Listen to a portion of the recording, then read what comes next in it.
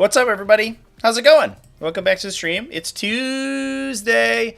We're getting tactical, and it's Militarum Tuesday. Milituesdom. I wish we did this on Monday, because then we could say Militarum Monday, but instead, I don't know. We had an insane weekend of events. Some of the biggest events of the year this past weekend. Lots to look through, and if you watched my video on Monday, we had Necrons kind of obliterate everything. Necrons, they didn't win everything, literally, but they did do extremely well. But the runner-up this weekend, kind of a little bit out of nowhere, but this feels like it is a little bit of a trend in UK TC circuits, but also kind of in the greater EU kind of WTC sphere.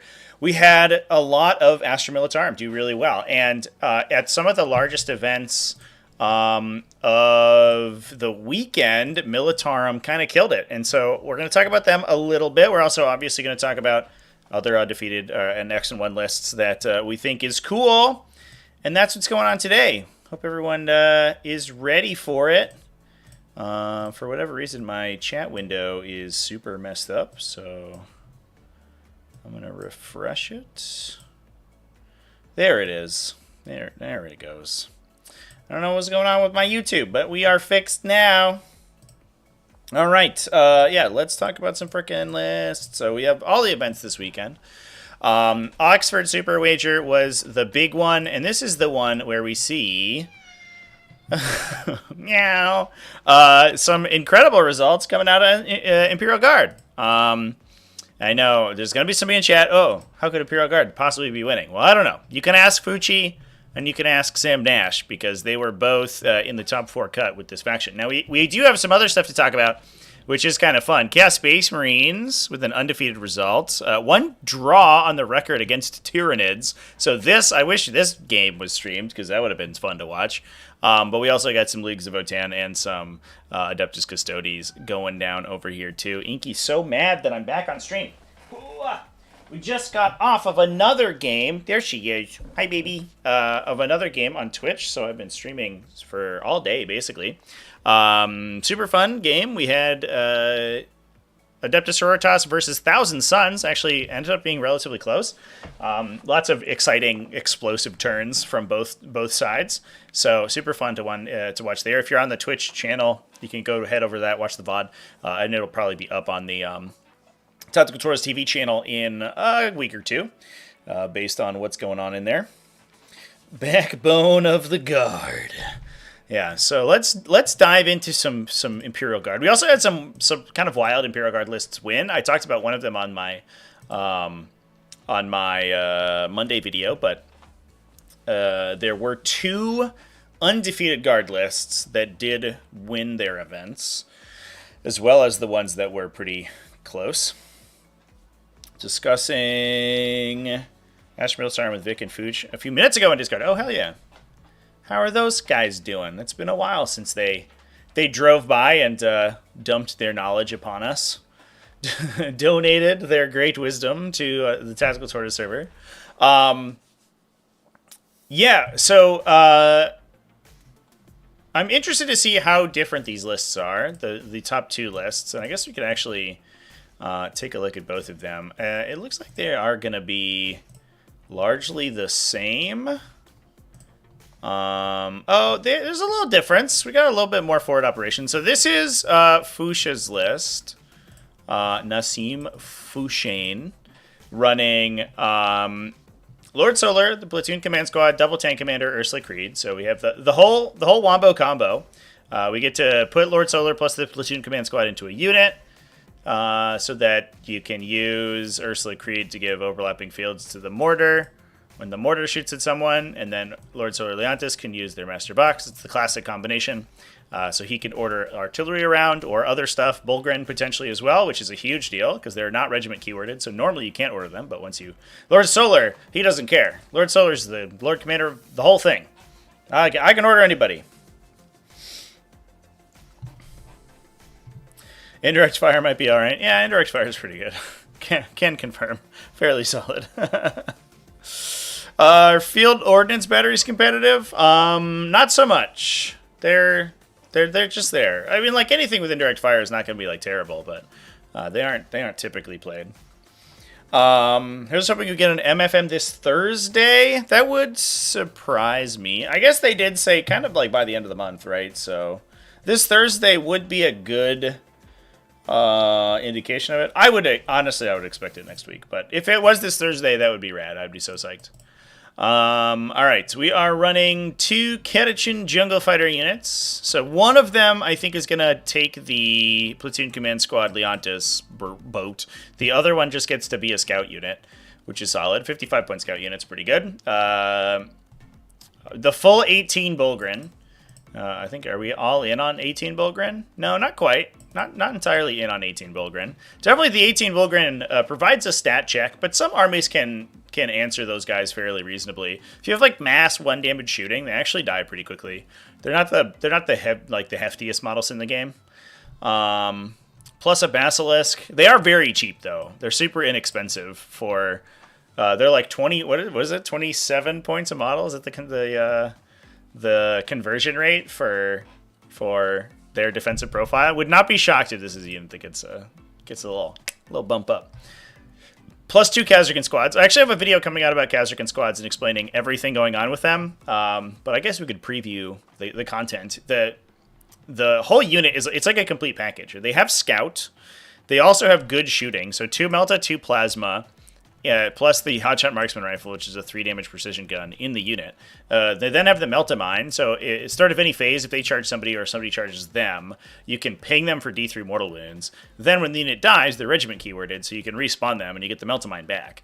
They also give themselves an order, so they're super efficient with their shooting or very fast to score objectives or just move and block for people. And they're such an annoying speed bump because they're constantly doing D3 mortal wounds to you every time that you try to kill them.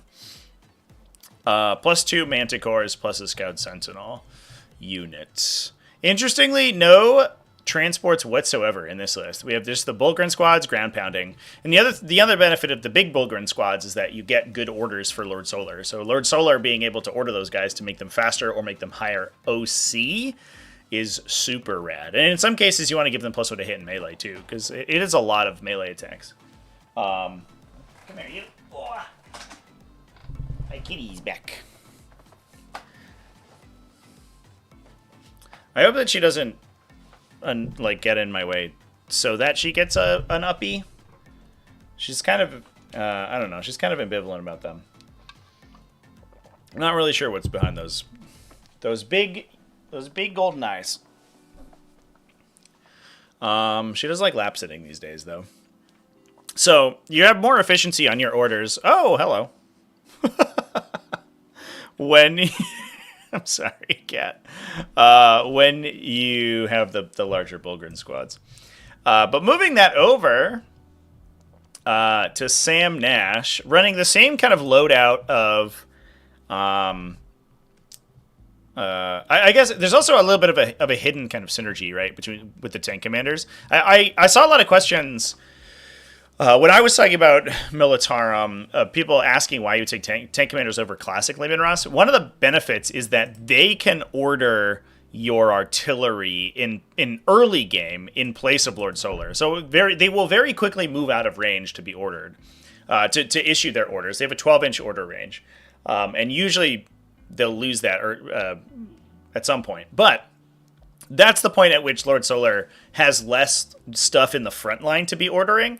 So they can, on like round 1, round 2, order your Manticores for take aim. Which Lord Solar can also do, but he would much rather be speeding up your Bulgrin squads. So the tank, like the upgrade from the tank commander, or from the Demolisher to the tank commander, in addition to getting you the fight on shoot on death ability and all that stuff, basically gives you a movement bonus for your infantry because it no longer soaks Lord Solar's orders to be applying the buffs to the Bulgrin squads and stuff. All right, so the character loadout is the same: Ursula Creed, double tank commander, platoon commander, Lord Solar Leontis. In Sam Nash's list, Sam ended up as the 3rd place and losing to... They both lost to the semifinalists, I guess, right? Oh, a close game there. Hot diggity damn. Vic BJ going 80-73. Oh, against Kyle Grundy's Time Empire. So Sam lost to Nassim. That means... yeah. 80-100. Oh, in the mirror match. Lost the mirror match. Interesting. Interesting. And then Fuchi lost in the finals game. So this is only the single infantry squad. So we're not running the second Catachin squad to add an additional forward operator. We're just taking the infantry. But this one is running double chimeras. There are Bulgrin as well. So oftentimes you put the Bulgrin in the chimeras, but you can also put the... yeah, you're probably just putting Bulgur in the Chimeras. I was going to say you could put Catachin Jungle Fighters, but we just talked about how this list has no Catachin Jungle Fighters. You typically don't put the Khazarkin in because then their Warrior Elites turns off in the first turn, which is a little bit a little awkward. They would be so good in Torox Primes if they weren't like just a slightly anti-synergistic with them. They put out like the perfect, like a really good offensive profile, but they just lose that second order, which is so awkward for the unit. But then we have double Manticore, double Scout Sentinel. So is there no Basilisk in this list either? Oh, no, there is. Yeah, there's the Basilisk. The Basilisk is really good to slow down the stuff that can really deal with the Bulgrin. I think there's Custodian Guard, a lot of Space Marine melee stuff. There's a lot of offensive profiles that Bulgrin don't really want anything to do with. They will get outfought by most dedicated melee units. They're just a big tank. But if you can you can speed up the Bulgur with Lord Solar and then slow their units down, and you get an extra turn or two of scoring with the Bulgrin before their like heavy hitters actually get there to clear the Bulgrin out, and that's really the secret sauce right there. That's the stuff. Once you get the Bulgrin in the middle, they're probably not going to die to shooting unless it's like really insane shooting. So these assault intercessors or these like Death Company or these like custodian guards that would kill the Bulgrin and fight like with just massive attacks in the fight phase are gonna be too far out to get there in one turn because the Basilisk is slowing people down. The Basilisk carriage batteries or the Earthshaker carriage batteries are also like a cool inclusion there, but I think you just like lose out on the mirror match because it just gets killed by the other Basilisk on the first turn, which is unfortunate. Little sad. Now, the other one that they Militarum ended up winning, I do have it in my notes that I can double check here real quick. I talked in my video yesterday about the Grand Clash, I believe, but they also took down the Nidorus GT. That one in... what is that, Norway? Yeah, Norway. Cool.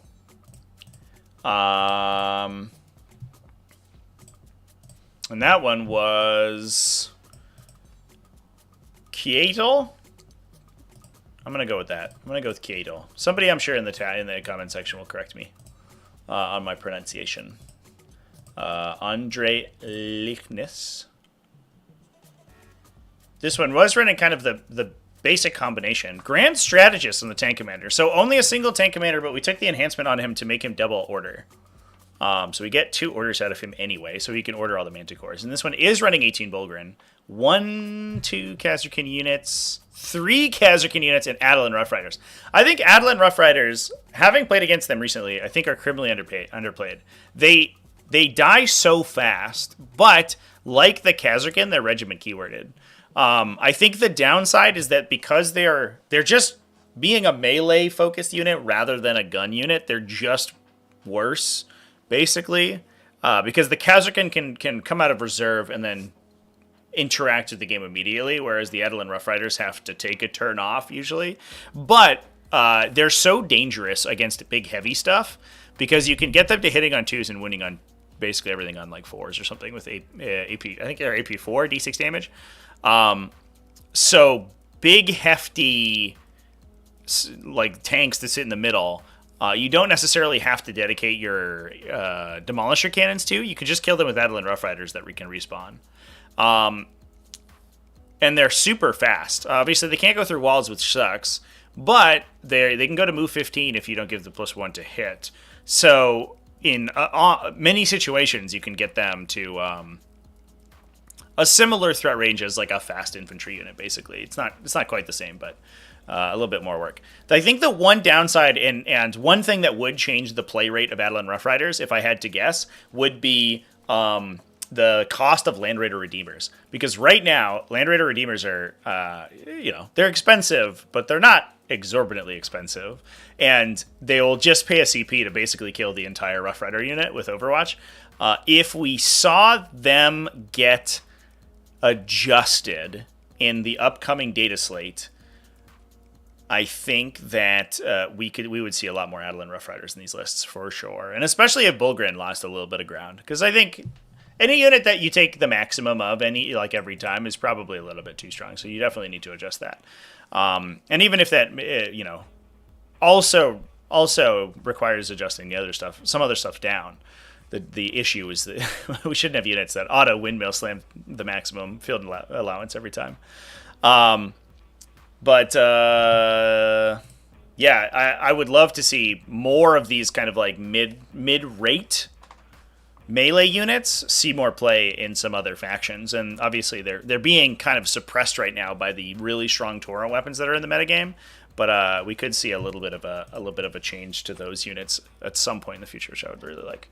And then we're running Basilisk and double Manticores. So good on Astra Militarum. They've been kind of like waiting in the wings. We've talked about them every once in a while. We have another X and 1 Militarum list right here too. And I know some people they're very divisive, right? Some people are like, I think they're garbage. I don't think they can win. And some people are like, this is the most broken faction in the game. It needs to be nerfed. And I think the truth is somewhere in the middle. But we don't often see like really good showcases of their power level, because oftentimes they just get, well, they used to just get like destroyed by Chaos Space Marines. That was the real problem. This list is really cool. Harald Cliven from the Nerderos GT. It's running Lord Solo Leontis with the Platoon Command Squad Regimental Engine Seer, but it's also running a 20-man Jungle Fighters and a 20-man Death Corps. No characters on them. We don't have any Death Corps Marshals, which is a little bit funny. But that just like floods the midboard with OC2, right? You get all the Jungle Fighters. They get 4 Flamers, because they get 2 Flamers per 10 for whatever reason. I guess because Flamers are their only special weapon. And they can rocket up the middle with Scout and just like move block your opponent, and then you it says Watchmaster 12. Yeah, it's the Marshal is the character guy, right? But the Watchmaster is just a unit champion, I think. And then you follow that up with 20 Death Corps Krieg that are super tough to kill. And have 1 Bulgrin squad, and they're cheap too, right? 130 and 110 points. 110 points for 20 scouting moving infantry. Where do you get that? Where's that? What a deal. 2 Earthseeker carriage batteries, plus a Bulgrin squad, 3 Cyclops demolition vehicles, a Lumen Rust, 2 Lumen Rust demolishers, 1 Lumen Rust exterminator, and a Shadow sword. Dude, that list rules. It's not only 50 infantry in the center of the table, but we're also rocking 3 Leman Russ and a super heavy. And we still have like a decent amount of indirect fire to really put pressure on your opponent to move them into range of the Shadow Sword. Plus the Regimental Engines here to buff the Shadow Sword with the Invulnerable save as well. That's spicy. That's spicy, chat. And it did well. There's not a ton of utility, but I guess we have the Cyclops demolition vehicles for that. But I would love to see like a Calidus Assassin or something. I wonder how well all the infantry did. It's kind of, there's a little bit of idiosyncrasy because the big infantry units are actually a little bit worse at doing actions and stuff, because oftentimes they have to be wholly within an area, and getting the big 20-mans into it, like wholly in an area, is super hard. But I guess when they're move 9, maybe they can generate enough momentum to get where they need to. I don't know. But that list rules. That's a cool list. All right, I want to talk about the other stuff at Oxford Super Major that did really well. All the cool lists that did super well. Jonathan Partridge with Tyranids. By the way, I posted in the Discord server, but we talked a couple of weeks ago about the big the assimilation swarm that did well a few weeks ago, and I posted in the Discord in the Tyranid channel an interview with the player who took that one. It was a really good interview. He talked in depth about the assimilation swarm list and the strengths and weaknesses of it, using psychophages and sporocysts and like all the weird units he used. But it seems like, I don't know, there's a lot of thought put into the list, and it was mostly just there as like an attrition engine, which was kind of sweet. It was just windmill slamming D3 healing every time he like physically could, essentially. But this one's just Invasion Fleet, rocking a Hive Tyrant. Venom Cannon Hive Tyrant. What are you doing? A Venom Cannon. Plus Gargoyles, 2 units of Termagants. 5 Gene Stealers. No Broodlord for the Gene Stealers, but the Gene Stealers are a pretty effective road bump if you need them to be. 2 Lictors. And a Pyrovore. So 2 Lictors, 0 Nero Lictors. That's wild. We do have the Triga, or the Exocrine Maleceptor combo. So we have like the Pyrovore to strip cover from somebody and then like hammer them with all the Exocrines Maleceptors. That's classic. But we have double Trigons for the sweet, sweet rapid ingresses. I actually love this list, honestly. It's so straightforward. It's taking the Biovore. It's taking like a reasonable amount of OC2 infantry to like break objectives. The Lictors, the interesting thing about the Lictors that people always forget about them, and I don't know if it's entirely synergistic with the Trigons, although you can just drop Trigons in funny places that scores you objectives during your turn. You oftentimes want to rapid ingress them to get them a really good charge in the subsequent turn. And they're like big and annoying enough that they'll kill like most meaty, like small to medium stuff. It's the big heavy stuff that they can't really fight, and they get blown up by heavy melee. But like they'll fight against, you know, little 5 or 10 man squads all day. But the Lictor gets that free rapid ingress, and I can't remember if it lets you double up on rapid ingress. I don't believe it does. Yeah, it doesn't say. Once per battle round, you can target 1 model with the ability for 0 CP. And that actually lets Lictors like pick off lighter enemy units when I think people would not be expecting them to, especially since they have lone operative. So the downside of rapid ingress, where your opponent can cheat you, is not as big of a deal, because the Lictor can simply rapid ingress outside 12 of everyone, and then suddenly they're invincible. And then they can move 8 and charge, or move into a position to score objectives. So like, if you're taking fixed, you can like ingress them for free into positions where they can walk and do homers, for example, which is super hard to screen. It's already tough in some deployments to screen out your deployment zone just from natural deep strikes, but having to screen out 8 inches anywhere in front of your deployment zone is way harder. It gets exponentially tougher, like the more surface area you have to cover. And when you have to just do the sides, because people are strategic reserving, that's okay. But the Lictor being able to deep strike in there... Oh, I guess he doesn't deep strike, right? He just comes out of reserve. It's still pretty solid. Tyranid lists are very one-dimensional right now. Invasion Fleet would love to see some internal balance. Remove the Biovore scoring? Oh, I mean, I guess, like... I don't know, chat. You'd have to, like, rewrite the codex. Like, you'd have to change quite a bit, I think, if you were just going to axe the Biovore.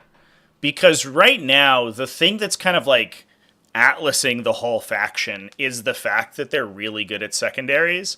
And to be honest, I guess, like, real talk, you don't really need the Biovore. You can replace him with 3 Ripper Swarms.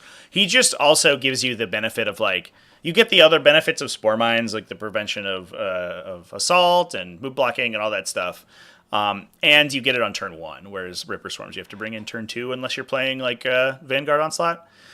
But the fact that the faction's whole identity is essentially based around... In this edition, I should say, is essentially based around getting more points than your opponent, but also losing more models. If you changed that arithmetic, they would be very bad. And the issue stems, I think, it's maybe solvable with points changes, but the issue stems a lot from the datasheets themselves, right? Like, everything caps at, like, Strength 8.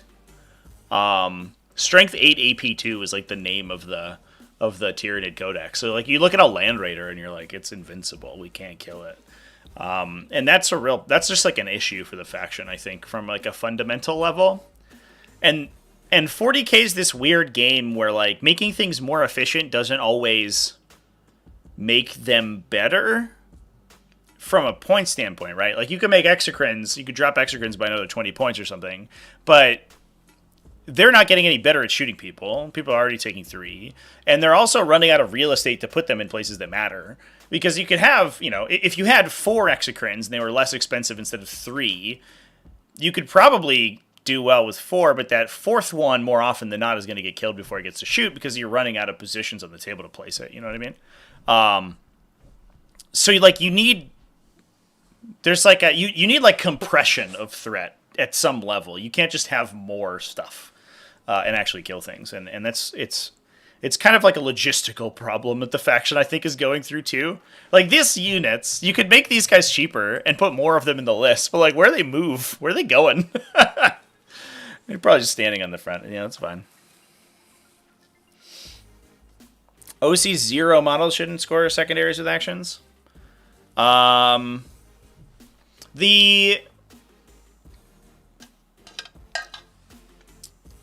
I don't, fundamentally disagree, but there are very few other instances where that hammers Tyranids, right? That, unless you're changing a lot of other stuff, that basically makes Tyranids, like, stone unplayable.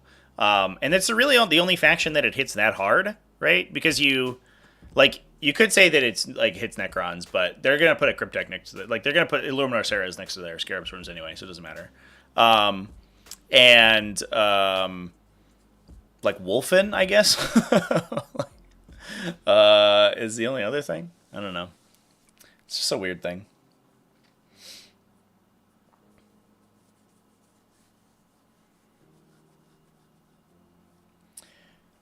Oh, yeah, and Fenrisian Wolves. Yeah, it hits Fenrisian Wolves.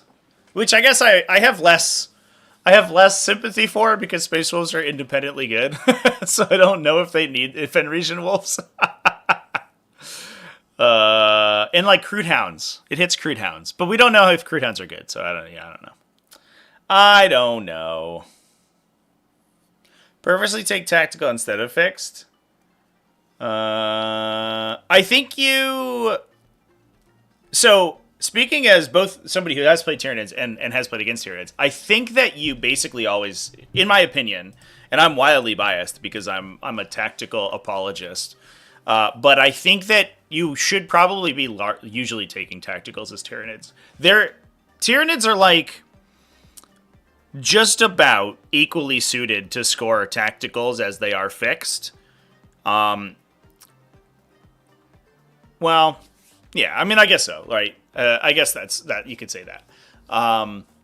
You could be like Cleanse and teleport homers plus engage or something like that, and probably be fine. But tacticals are easier to max, and your opponent can't block you. The number of like points I've bled from Tyranid players who are like, all right, windmill slam deploy teleport homers. I'm like, all right, I'm gonna screw my deployment, and they're like, I guess I'll score 3 instead of 4, and I'm like, I guess you will. Enjoy that. Or 2 instead of 4, 3, I forget. 3 instead of 4, right? They lose a point every time. And if they're losing on attrition, which they probably always are, then that can spiral very quickly. If they're expecting to get a 40 on secondaries, but lose in the late game on primary, and they are suddenly lost 5 points immediately because they took deploy teleport homers, or they they took, I don't know, whatever the other one, engaged on all fronts and got screened out, like couldn't play it on search and destroy or something like that. Whereas you do not have that problem with fixed secondaries. If your opponent wants to screen out their whole deployment zone against you the entire game against tacticals, or if you're playing tacticals, that's fine. That's so much lost efficiency from their army that it sucks. But I think it's too easily screenable if you are if you're taking fixed secondaries. You should probably largely take tactical. The only downside is when you get like a bring it down or something as Tyranids, you're not in a good position for it, and you can't just like, oh, I'll just like ping that Rhino off with a big tank. You're just like, ooh, gotta work for it now. No Nurglings? Oh, Nurglings are probably, yeah, no, that's fair. Nurglings probably get hit the hardest of anyone. Yeah, no, that super trashes Nurglings for sure. I forgot about Nurglings. That's my bad. That's my B. Yeah, that's a dramatic change for Chaos Knights probably, right? Like Chaos Space Marines, sure. Chaos Knights are just like, they don't have any action guys except for Chaos Demons. And there aren't that many demons they can take.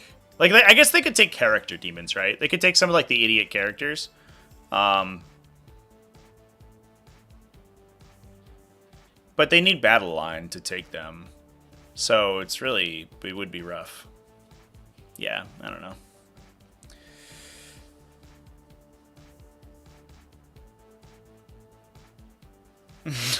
This edition of 40k just because economic theory of diminishing returns.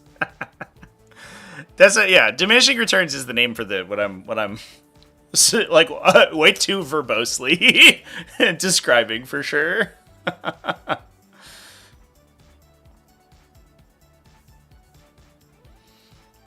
After playing Dan Bates' crazy Eldari list at the team event last weekend, sometimes it's the mission that makes the game. Dan Bates' crazy Eldari list. The one with the just has like a million guys. Just a million aspect warrior units. That is something I'll say. Like, I think a lot of people get really upset at Purge the Foe because they build their army for secondaries, and then they get really punished by Purge the Foe. And I think that's kind of the reason that Purge the Foe is in the book, right? In most instances, like slow, tanky, resilient armies are just going to get run circles around by faster stuff. Like, this is probably the first edition in 40k that I think that like speed has really defined it. You know what I mean? You could say that for like 8th edition, because if you couldn't cross the table, the game was over.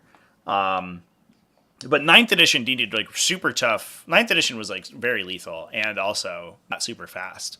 But in this edition, if you're fast and have like uppy downies and stuff, you are so good at scoring that your like win rate is dramatically improved.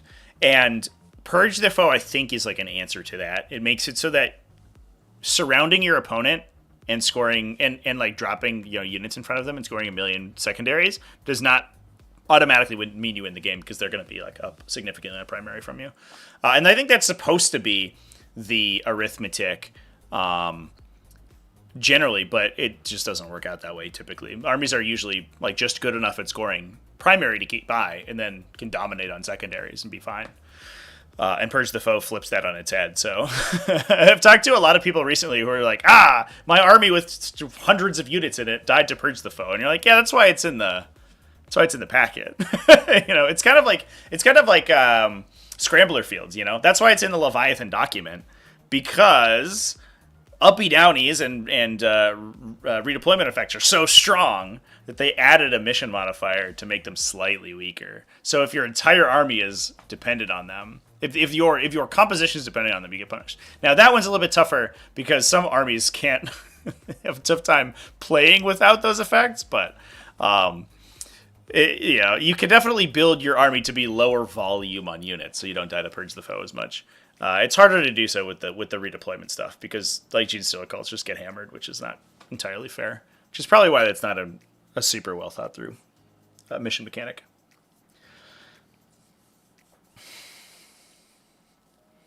Oh, Prometheus, you mean the one that had, yeah, it was one of every Aspect Warrior and the Crimson Hunter Exarch? Yeah! That list was insanity! That list was so funny. What an absolute madman for taking that list. That list was absolutely insane. Alright, speaking about Nurglings and OC0 stuff, let's talk about some Chaos Space Marines. Samuel Smith in Black and Gold Return. Slaves playing Slaves to Darkness. Oh, Accursed Cultists are back, dude? Is it December all over again? Are we just playing an old list? Oh my god, we are. So a Mark of Nurgle Cultist mob. 2 maximum Accursed Cultist squads. Plus 2 Dark Communes. A 5 model Possessed. Occasionally, I've seen Possessed kind of like get slotted in as the filler pick. Because they're just like such solid, like the Undivided Possessed and wounds rerolls. Just get such solid damage output once they turn on their devastating wounds, right? Like they're just a problem solver that can like chill in the back, and they have a solid threat range, and then just vaporize something. It's very good. 2 Warp Talons, Mark of Slaanesh, so you can pay to advance and shoot them, or advance and charge them. Excuse me. Chaos Bikers for the Uppy Downy. There's the Nurglings. Rodigus, the great man himself, plus a War Dog Brigand. A Forge Fiend, Mark of Nurgle. Yeah, you don't want the undivided ones anymore because they can no longer reroll in ranged attacks, right? It changed so it doesn't give you full hit rerolls, it just gives you wound rolls, and it doesn't work on range. Is that my... Jesus, it's been... Literally since January, we've seen... Like, haven't seen basically no Slaves to Darkness. Oh no, it just changed to be wound rolls. Okay, but not rerolling hit rolls and fishing for all of the sustains is probably fine. So you can still use it in melee or at range. It just only gives you the wound rerolls, which is probably fine. But Mark of Miracle helps you win the gunfight. Plus 2 Predator Destructors, las cannons on the side, and big auto cannon on the top. The high volume definitely helps. What's the detachment benefit from Mark of Nurgle? Sustained 1 in the shooting phase gives you a 5+ critical. And then they go to AP2 shooting infantry, so they're really good against heavy infantry. So they probably shoot 8 shots and sustain 2 of them, right? 2 to 3. So they shoot 8 shots and probably average 8 hits. Yeah, that's good. Seems good. Seems good.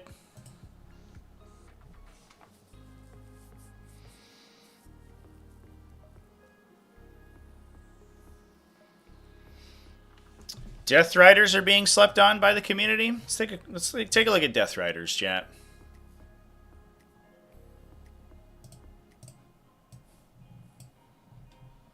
Now I'm interested. I'm like I don't know. I'm in an Astra Militarum mood this week, for whatever reason. They're just like, I think that 9th edition Astra Militarum, or 10th edition Astra Militarum is like maybe my favorite version of the faction that I've ever seen. I don't like that they have like a predominance of artillery, although they are kind of the artillery matters faction, so it makes sense. It's Death Riders. But their infantry combos are so cool. They make like light infantry actually do stuff, and that's something that's been missing from 40k for so long. As an aside, I kind of want to make a video on it, but I probably will lose time and not do it.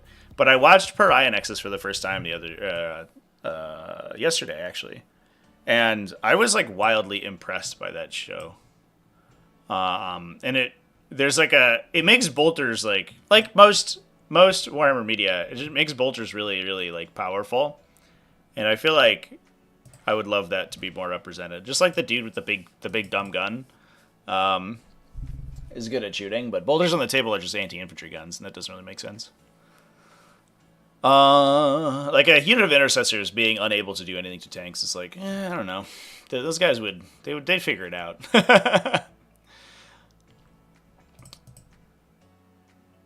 All right. So they have a Lance AP, a 3-attack AP1, and 2 AP1 extra attacks. All right.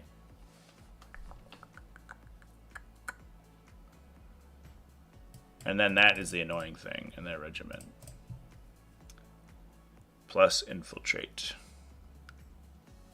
Yeah, though I guess the one weird thing is that if you infiltrate them to like speed bump for your like against your opponent, why does his glorious charge affect only himself? Why? Why? You could give it to the unit, it'd be cool.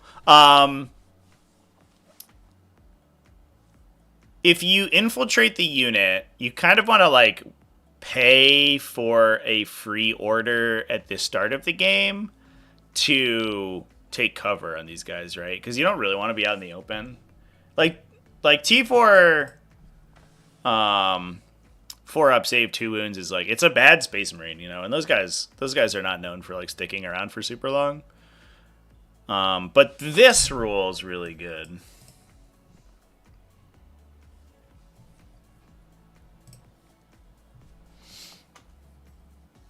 The other downside is that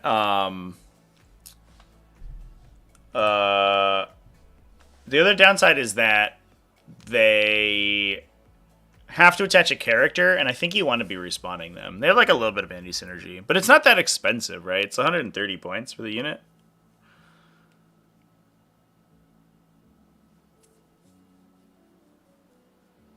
They feel like an infantry sweeping version of Death Riders, Adelan Rough Riders. To be perfectly honest, because they have 5 attacks, I guess, rather than like the D6 frag one, but it's AP0, so it's like a side grade. These guys are slightly better at punching infantry.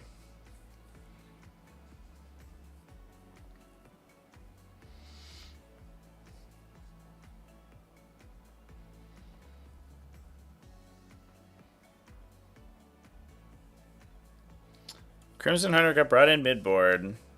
Sniped one big bug at a time across terrain as you could ignore it. Yeah. Yeah, and they have like 5 last cannon shots with them, right? Because it's like 3 pulse lasers and the extra pulse lasers and the extra, what do you call them? Doohickey. They're very different than Khazarkan, right? Like, infiltration is a very different effect, than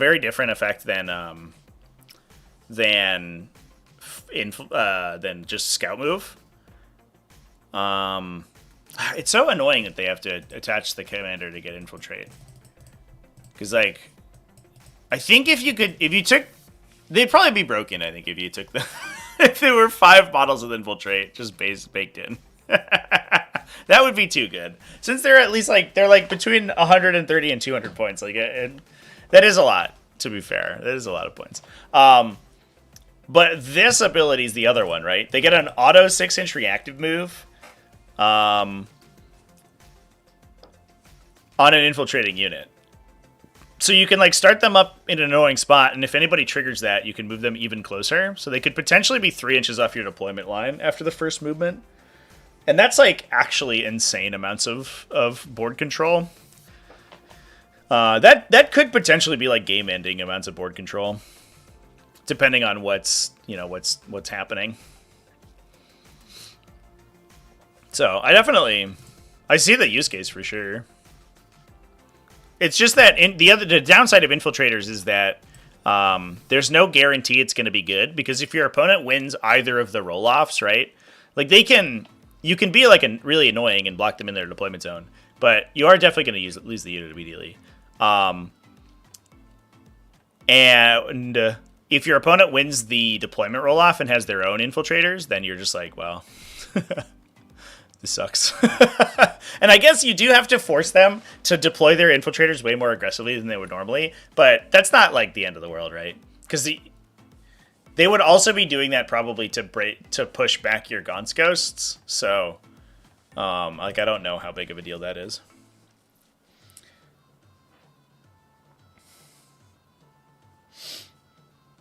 Oh, you definitely Death Rider jail. The Militarum redeploy, if I remember correctly, is before game begins, not at start of first battle round.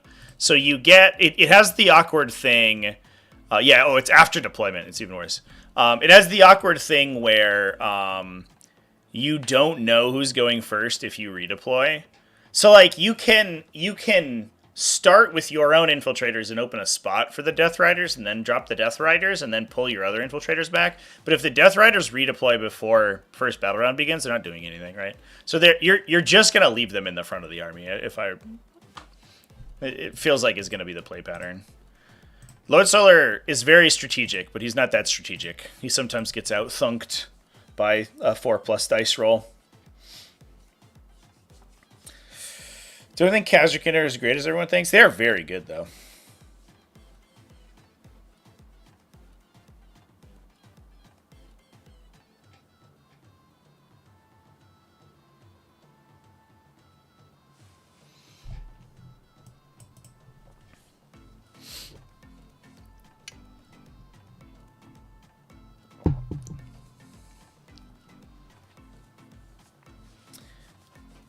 Yeah, I mean, there's some good redeploys, right? Usually they're paid redeploys. Like, enhancements and stuff will typically, and stratagems will typically have the better version. But it's the stuff that's, like, passive on a data sheet. And fortunately, the Phobos Captain one's good because that guy does nothing besides redeploy guys. That man is... he is not... He's here... I don't know what he's doing, to be honest. He's just a dude. He's just hanging out. He's just a little guy. I've been considering infiltrating 20 neophytes to completely block off infiltrators. Yeah, the neophyte jails, actually, that is legit good. I mean, usually you just do it with aberrants, right? Because, like, you can make them so hard to kill that they're not going to die in the first turn anyway. But I have definitely seen it with the neophytes, it's neophyte hybrid bricks. Or even, like, acolytes that are strong really thin can just, like, block the entire midboard out. The downside is if your opponent gets one infiltrator drop, right, then they suddenly have, like, a gap. It's just weird. If he had scramblers, he'd be good again. Oh, he would be amazing. Yeah, he'd be super good.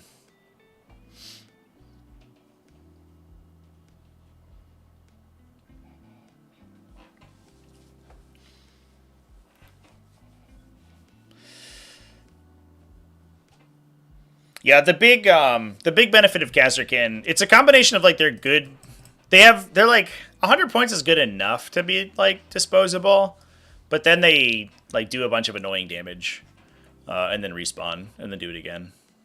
The big benefit that they have is that they have solid ranged attacks and, like, a one-shot weapon that respawns, which is sweet.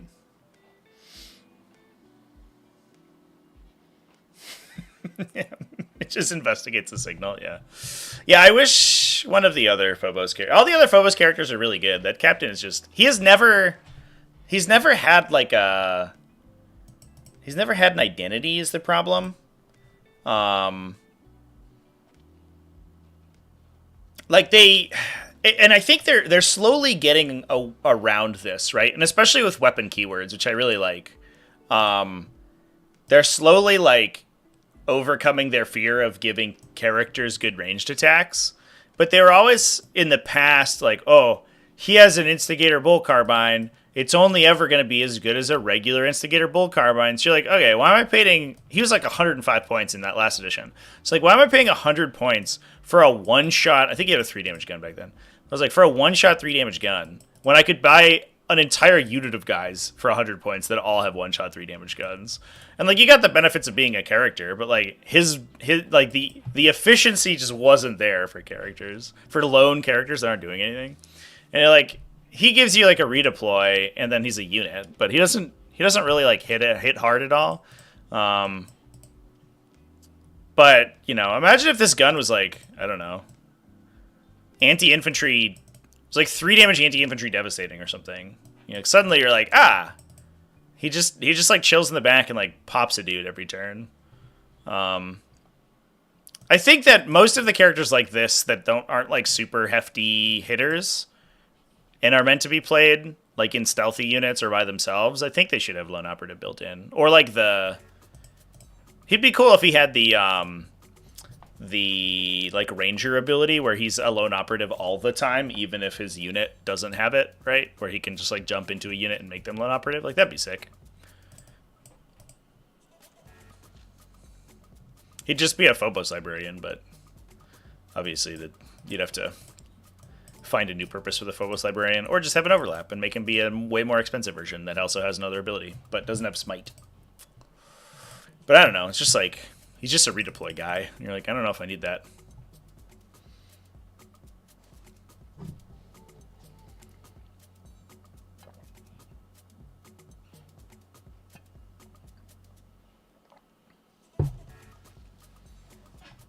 Yeah, when he had an Omni Scrambler, that was very different for sure. Plus, like lone characters were much better in 9th edition. Like that's like you have to say that, right? You know, they were all lone characters. Whereas lone characters now are just kind of weird. Like these weird little guys who run around and then get killed by a mortar. Precision should be able to ignore lone operative. I agree, Lord Castellan. I 100% agree. Yeah, precision should be like one part of the precision rule should be that weapon can target units with lone operative within 12. That would be amazing. It would make like pay 1 CP or pay 2 CP in some cases, get precision effects, like not be straight garbage because they are functionally worthless right now. Yeah, it would make it not strictly the worst weapon keyword for sure, because it is very bad. All right. Anything else from here we want to talk about? We got a little Thousand Suns action going on, X and 1, which I'm always excited by.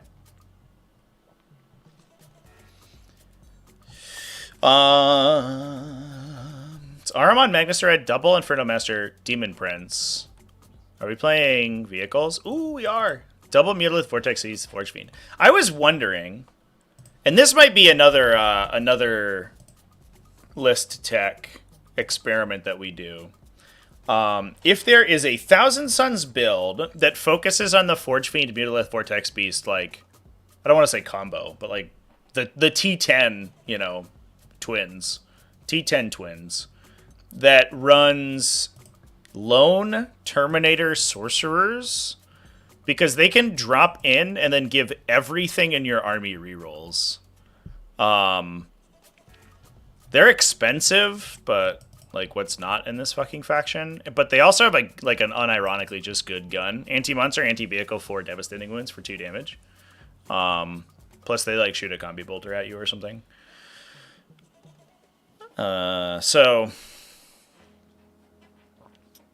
I think I think you take like 1 or 2 of those guys plus like 5-ish vehicles and then Magnus. I don't know where you get your Henry Cavill points, but it's probably your Demon Prince and some number of shamans, I guess.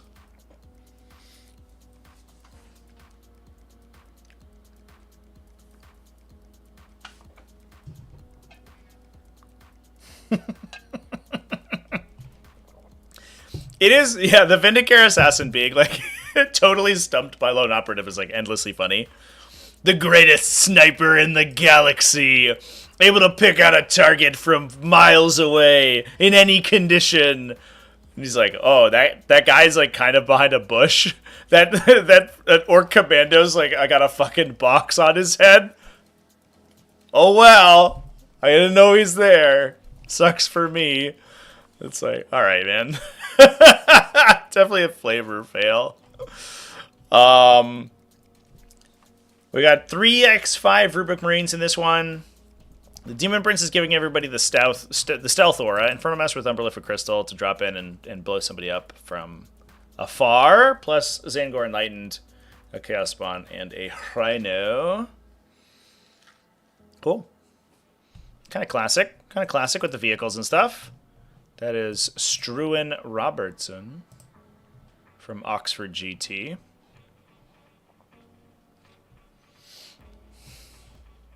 A little bit of Dark Angels action. Do we think this is Ironstorm?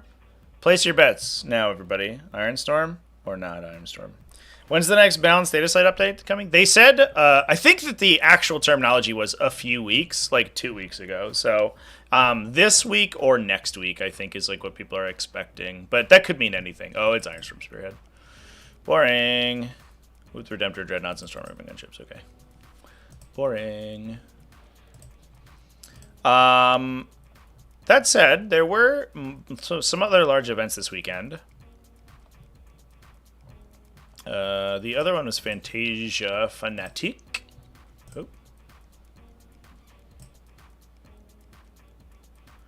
Oh. We had Chaos Demons at X and 1, which is awesome. Super excited for that.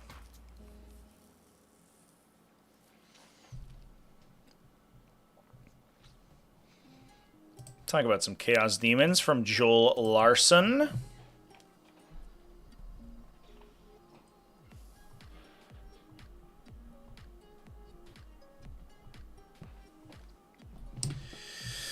Ooh.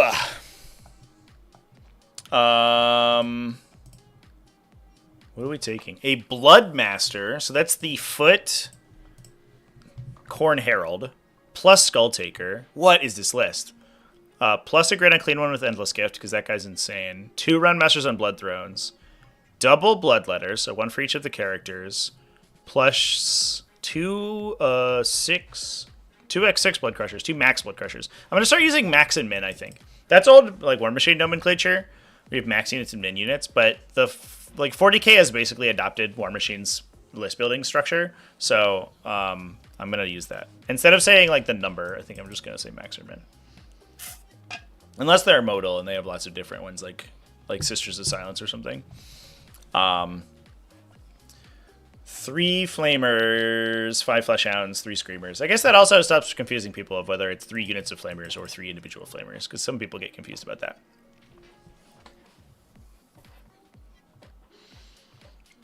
The Monolith with no battle line units was solid.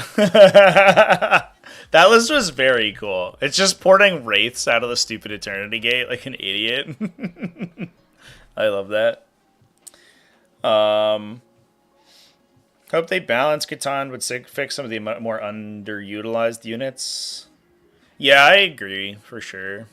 I would love to see a quality of life update for OBS and Phalanx. They're never going to, because that's just not what GW does. Usually they give like a 3% points cut to one thing and are like, see, now it's even. You're like, great. That's definitely going to change my life. But I would love to see the other, like that, the detachments that are just like super, super trash get a little bit of a bonus for sure. Yeah, with the Arisen Tyrant, yep. Yeah, I talked about that in my video yesterday. Alright, I feel like I look up the Bloodmaster every time he shows up because I always forget what he does. But I have to look him up. I have yet to play Skulltaker, but according to Skauki, he's actually really good. Because he gives himself devastating wounds. Oh, you get +1 to wound. Yeah. Which is solid. If you're attacking somebody below half strength, then they also get +1. They also get rerolls. So +1 to wound and rerolls is solid. And he himself, I feel like the Khorne units are oftentimes just the Khorne character show. Like the big two-handed swords that the characters have are usually fairly solid, especially once you have any buffs attached to them. What's up, cat? What are you doing? Yeah.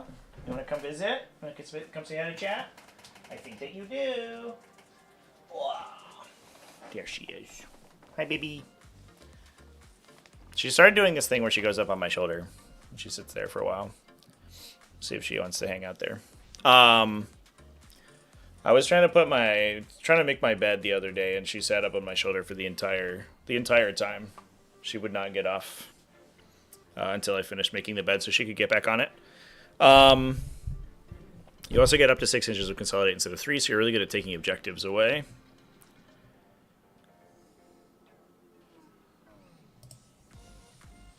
+2 blood throne Ren Masters on blood thrones. Yeah, so we can get the bloodletters themselves to strength 6, maybe strength 7 if both Ren Masters are applying some buffs to something, and then +1 to wound. So they actually wound most vehicles on 4s. They don't, if I remember correctly, get reroll 1s, which has always kind of annoyed me, because most conditional reroll effects give you a... Am I crazy about that? Oh no, they do. No, they make wound rerolls of 1. It's just that they don't have hit rerolls, and they only have 2 attacks, so they're kind of inconsistent. So I guess that's not too bad. So like wounding on 4s, rerolling 1s for the majority of the unit is actually solid. And then Skull Taker gives them devastating on top of that as well. There's probably something there. Especially because you're following up after Blood Crushers, I guess. So, like, you want to impact the Blood Crushers first and do a trillion mortal wounds, and then the stuff that survives, the scrum, you can put Bloodletters on, or vice versa, I guess. But the Bloodletters want to be, like, the closers, because then they get the rerolls.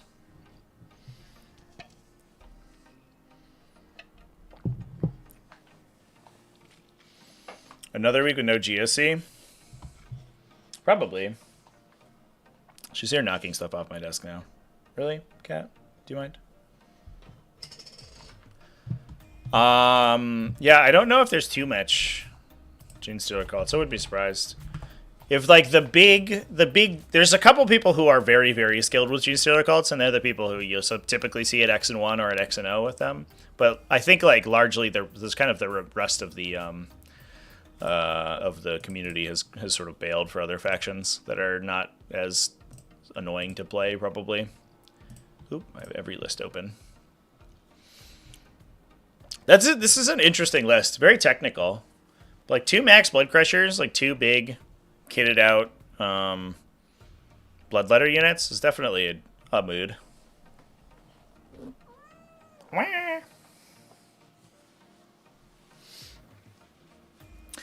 right. What do we want to look for next, chat? Only insane players collect GSC. Insane and cool players who are cool and handsome. As insane as Robin Roberts over there, just killing people with GSC.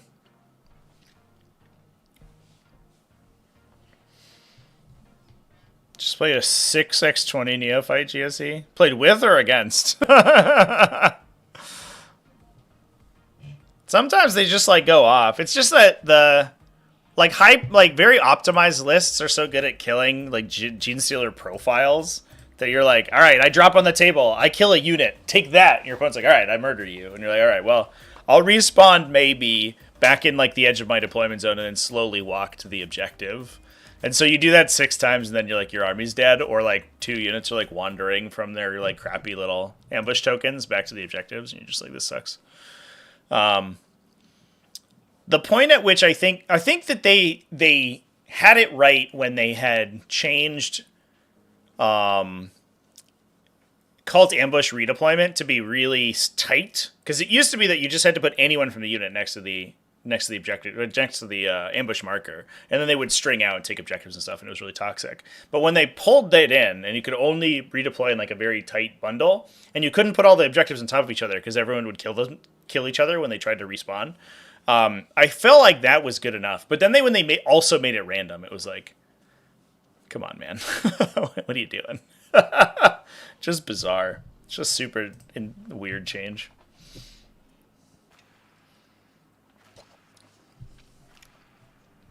Non-Space Wolf non-Stormland Space Wolves. I cannot guarantee that there are non-Space Wolf Stormlands anywhere. Or non-Stormland Space Wolves, the other way around. That's very specific. Although if you want some non-Stormlance Space Wolves, you can watch me on Twitch, because I'm playing them right now.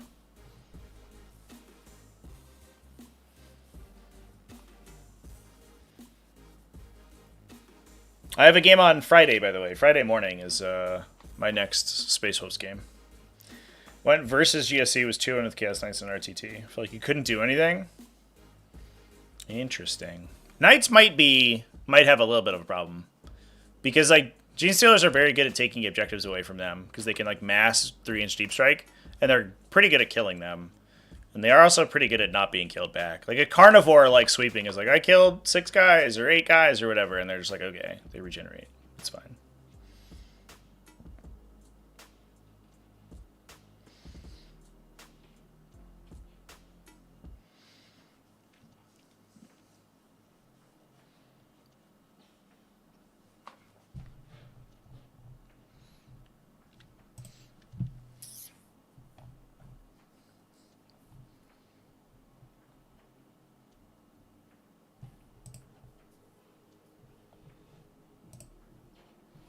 A little bit of World Eaters action. Is it normal World Eaters? It is, okay. Well, they're just kidding, it's boring. Rhinos and 8-bound. Normal stuff. Normal stuff. Ah, there's an Adeptus Mechanicus. Speaking of AdMech, let's talk about some Adeptus Mechanicus. So this is from Fantasia Fanatic. 4-1, Daniel Tersha with Skitari Hunter. Well, you know, if it ain't broke. How many Iron Strider Ballistari? Or how many Iron Striders, chat? Everybody place your bets.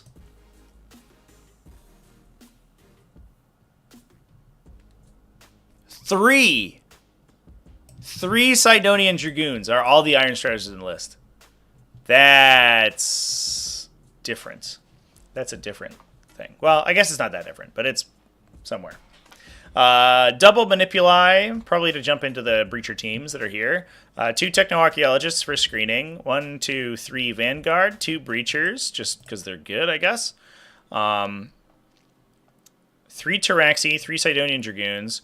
Calidus. Oh, I totally, like, skipped over the fact that Canis Rex is in this list. I was like, where did all these points go? Usually, Adeptus Mechanicus lists are endless waves of text. Taraxi, Sidonians, Iron Striders, Vanguard. And you're like, oh my god, please stop. This one was like, what? Where did all the text go? It's because 435 points of it is bound up in Canis Rex. Alright, fair enough. You know what? If you're having problems killing people, just take a 5-up critical sustained 8 damage melee weapon. And then see if you still have that problem. I like that, though. I think that's really good.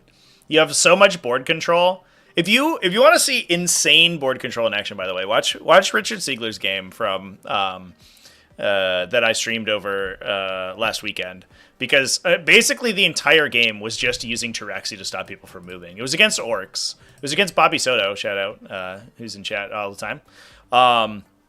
Running Orks, and basically he killed very few models every turn, but all he did was just board control them out, and that is a good situation in which to get up the table with a big knight, right? If you can stop all your opponents' like anti-knight units from getting into range of them, then Canis Rex can just sort of cut lines of sight and wander up the table until he dominates the board.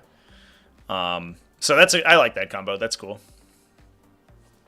Plus a Calidus Assassin. The AdMech Canis Rex attachment Custodes just got one of those too. Yeah, apparently Grey Knight's got one too. Canis Rex is getting around, man. That dude, he travels. Canis is like Frank's Red Hot. You put that shit on everything. Frank's Rex Hot. Melted down all the walkers, made one big Canis Rex, yeah. At least in Grey Knights, and in Adeptus Custodes, I think Warhammer Community posted a picture of it. I'm going to see if it's still on their front page. If it's not, then I'm not going to spend too much time looking for it. They posted a picture of a staff army, I think, that was Adeptus Custodes that had a Canis Rex painted in the same color scheme, and it was gorgeous. It looked like a Custodes model because like it's the same sort of, I guess, shape language. It just was painted in the in the same style. All right, let's see if I can find the picture. I think it was on their Twitter. Oh, I found it. Yes, yes, yes.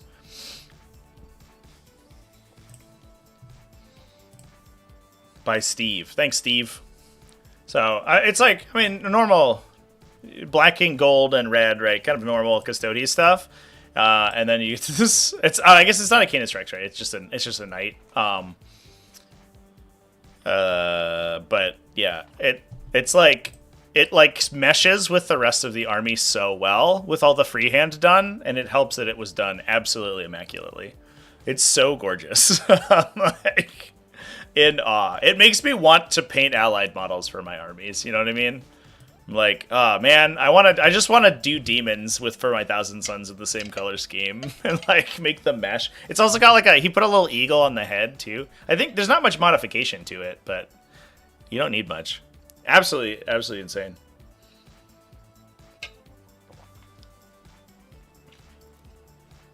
Is it all a 4D chess sales strategy by GW to sell Custodes kits? Well, the Chaos Knights players are not buying anyway, so they need to move them somehow.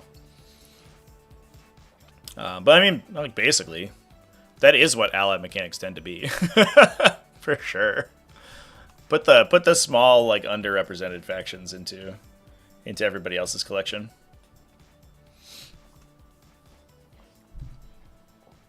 Oh, the Chainbreaker box? That box was insane value. That's probably where most of these Canis Rex came from. Oh, Adarin's in here, too. Shout out to Adarin from the Discord server. Running a Rad Zone core. Cool. Manipuli with I shoot my gun better. And then a Manipuli with I shoot everyone else's gun better. And then a Manipuli with our army ability became better. Rangers, 4 Vanguard, double Breachers, Guardian Infiltrators, Dune Rider, Canis Rex again. Okay. I guess we have decided on the technology. How do you make AdBack work, guys? You just play Chaos. You have to play Imperial Knights. You just play a different faction. We move over. That's good. I mean, if it works, right? It's a point in the column of allies if it can take factions that are super duper struggling and make them do okay. And I think that's beneficial for the game, right? You give them additional playstyles that they can use to shore up their weaknesses. And if they're not already good and becoming better, then I think that's fine.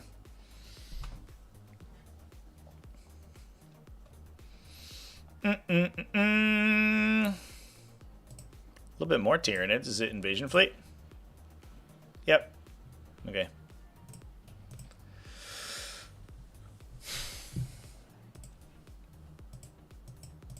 Good stuff.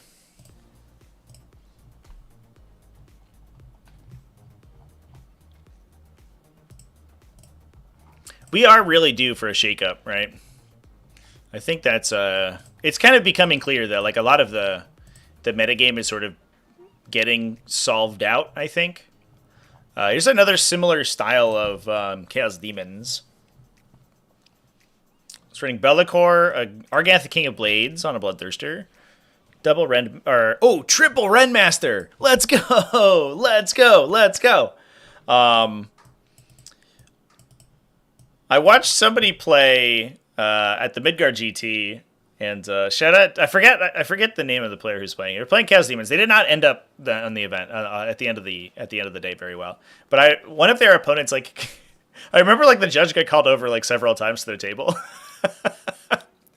And I caught their conversation after the game, and their opponent was like, dude, I had no idea that the Redmaster's buffed stacked. That's so insane and probably wrong. And I think they just kept having to like verify with the judge, like, are you sure that's how that works? If you point all 3 Redmasters at somebody, it's +3 damage. You're like, yeah, it's not an aura, my guy. It explicitly works in the rules.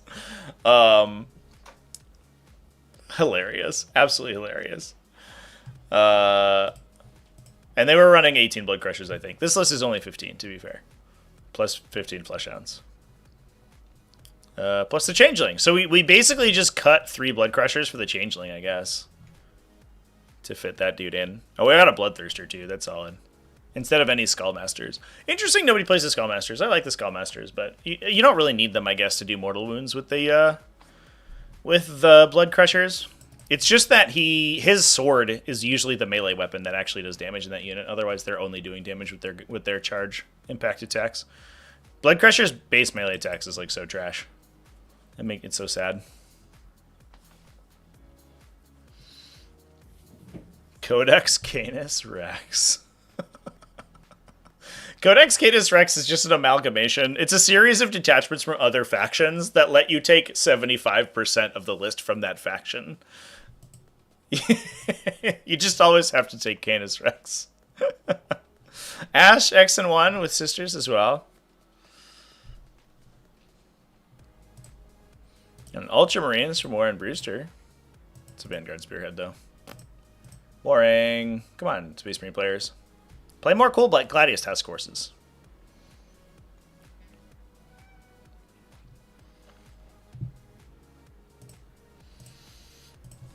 The problem with the Renmaster is if you lose the Renmaster, you're left with a bunch of idiots on dogs. I mean, sure. But, like, the way the Rendmasters work, they're usually not... It's not like this thing where your opponent's like, oh, I have to angle to kill that guy, because if I do, they'll lose the buff. Like, Demons are weird, alright? You always get to apply the Rendmaster's buff at least once. And usually twice, because you're always applying it to melee units, because it's a melee buff. It's 18-inch range, and you can either deep strike them wherever you want with line of sight to your target, or you can put them next to Be'lakor so they can't be shot at. So, like, they are unironically really hard to interact with, and they usually don't die if you shoot them with, like, one thing. Like, they're 9 wounds of the 4+ invuln save. Like, you actually have to dedicate stuff to kill them. So... Like, yeah, I feel like if you lose the Rendmasters, it sucks. But usually at the point you're losing the Rendmasters, the rest of the army's dead anyway. And the game's, like, over at that point, regardless. It's like a weird... I don't know. It's such a strange buff, because it's not like an aura where you have to be near people. And you're not attached to any units. So the Rendmasters themselves, like, all I need is line of sight, basically. And then they just, like, poke their little sword out of around a corner, and they're like, that guy, get him! And six him.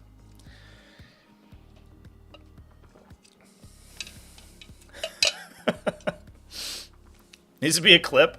Can you clip on YouTube? Probably.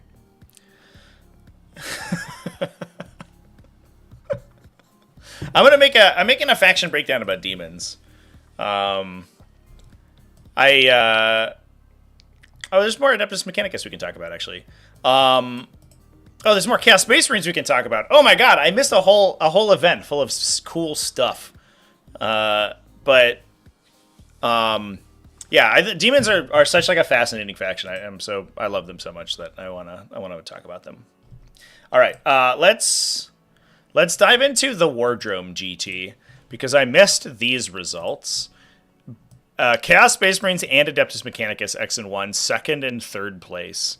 That's rad. Tau Empire won. I didn't end up talking about them on my video yesterday, because Tau Empire actually did really well, but it was all 9th edition Tau Empire, or 9th edition. Could you imagine the 9th edition Tau Codex and 10th edition? Oh my god. It was all index stuff. The 10th edition Codex was not used at all, so it's kind of whatever. Russell Tassin running some frickin' Slaves to Darkness, dude.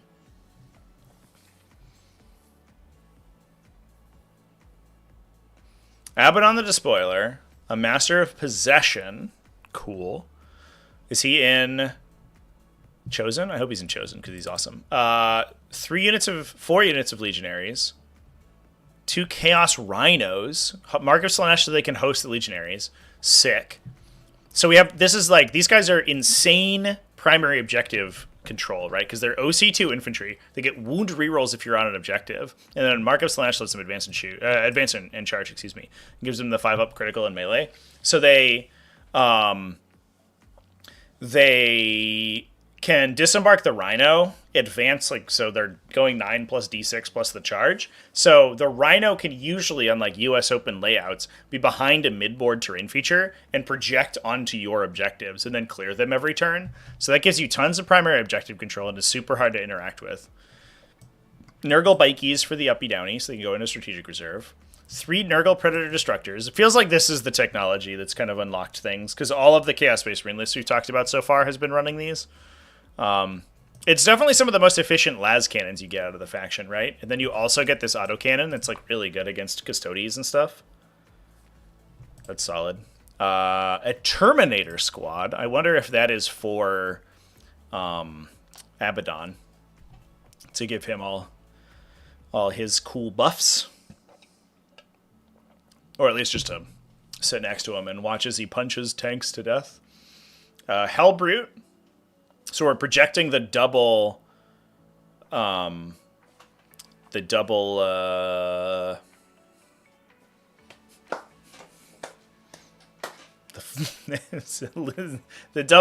what's the word name of their stupid ability? Dark Pacts. You get Dark Pacts for lethal and sustain.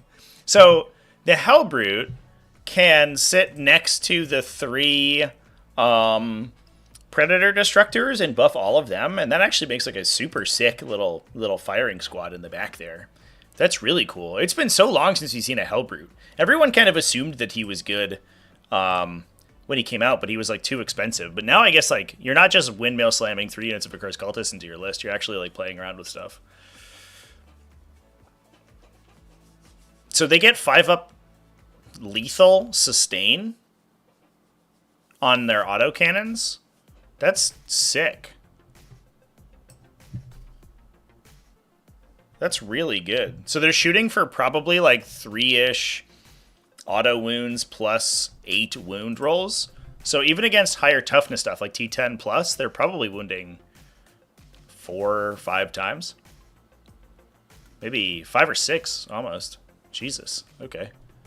And even if you're like a high save characteristic, like a couple of those are going to go through and they're probably good for 6 damage. Okay. Plus you have 2 las cannons. Alright, okay, let's calm down. Possessed Squad. So the Master Possession goes in the Possessed Squad, probably. He gives them a Feel No Pain, I think, and then he can buff himself to do a trillion damage.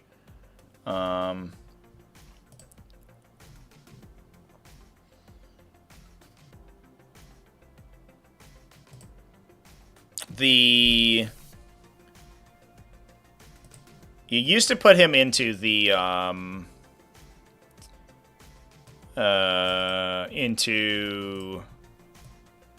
what's their mark? Undivided? Yeah. And he was undivided?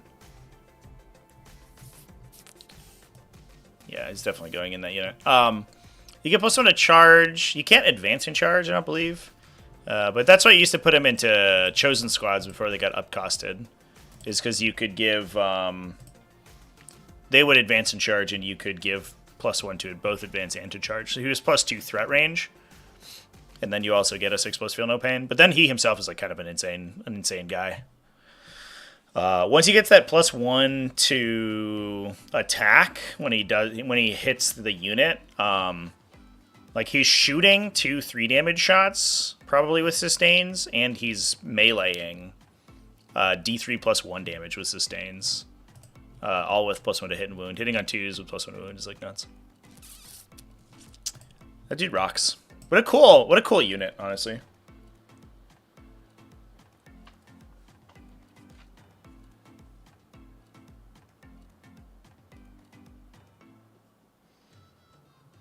Shoot the Power Fist Captain out of your Land Raider at the Runmaster?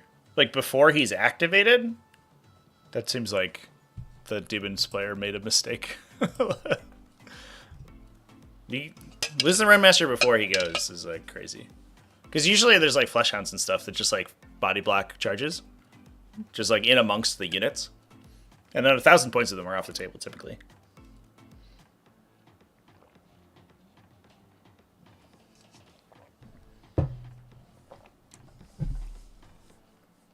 I think transports are the biggest problem in 10th edition. Yeah, I agree. I mean, I've been harping on that since the edition came out. I think transports are absolutely insane. The fact that rhinos are 70 points is like a travesty. I think like baseline, you should be paying like 80 or 90 for transport. Or it should be much more dangerous if it's destroyed and you're inside it. That's just my 2 cents. Like, I think, like, being able to disembark and then charge, like, disembark, move, and charge or something is, like, fine. I think that's strong, but I don't have any, like, strong feelings about it. It's the point at which you disembark, like, you make the unit inside invincible, essentially. So that it can either be, be delivered at full strength, even if the transport is destroyed, or hold an objective after the transport's destroyed. That's like, I think, where it gets crazy. Like, if running your transports up behind line of sight lets you deliver your units, like, okay, that's really good. But 3 extra inches of distance is, like, strong, but doesn't break the whole game. But the problem is that, like, you can put the transport so that one thing can shoot at it, and you lose the transport, and nothing has changed, right? Like, the unit's still in the place that it was. Like, you should, like, lose half your wounds or something, you know? Like, that unit should be significantly less effective if you put a shooting activation into its cheap transport. Remember when everyone thought Orks were going to be crazy OP because of firing deck transports? I don't think people thought that. I think people thought Orks were going to be crazy OP because, just of transports. They talked about Orks with the firing deck rules because it's like a cool, like being able to shoot 20 boys at the top of a truck and give them plus one to hit is like sweet, but I think that people were like, man, if trucks don't see a points cost, Orks are going to be a problem, and then they didn't. A points cost increase, I should say, and then they costed trucks that's like the same as 9th edition, and we're just like, oh boy. Oh dear. And that's what happened. They were, I don't know about a problem, but they were very good last season. It was a cool list. Just Plague Bearers. So we have objectives secured in the list as well, which is kind of sweet. Can drop them in on annoying objectives and lock them. I wonder if that's the problem right now. It feels like objective secured has kind of a fundamental issue, which is that 3-inch deep strikes are so prevalent that like 80% of armies in the game will just ignore your objective secured, your secured objectives, and just take them anyway. I wonder if that gets phased out. I guess it won't because more is getting added as the edition travels on. But I wonder if like uppy downies and close deep strikes get less common. We would see more objective secured stuff probably, but I don't know.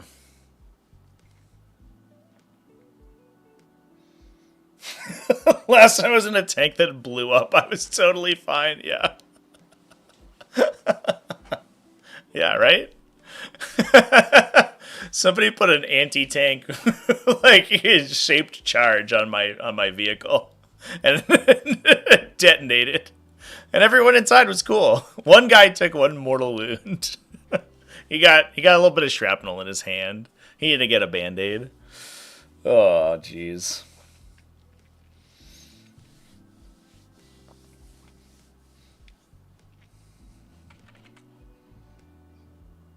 Look at the detachment for the 5-1 Admech at Wardrobe. Oh yeah, so we haven't looked at Adeptus Mechanicus yet. I was caught by Russell Tassin's Black Legion. All right, let's talk about this one. Russell Tassin, I've watched him on a couple different live streams too. Like he seems like a super sweet player. Explorator Maniple, let's go. That's cool. So that's the detachment where you choose an objective at the start of each turn and get +1 to hit against it. God, I have to remind myself. It's so hard to remember all the stupid detachment abilities that don't get played very often. Oh, excuse me. Reroll wounds of 1 against your chosen objective marker. And then you get all your stratagems affect the chosen objective marker. And you can switch it, I believe.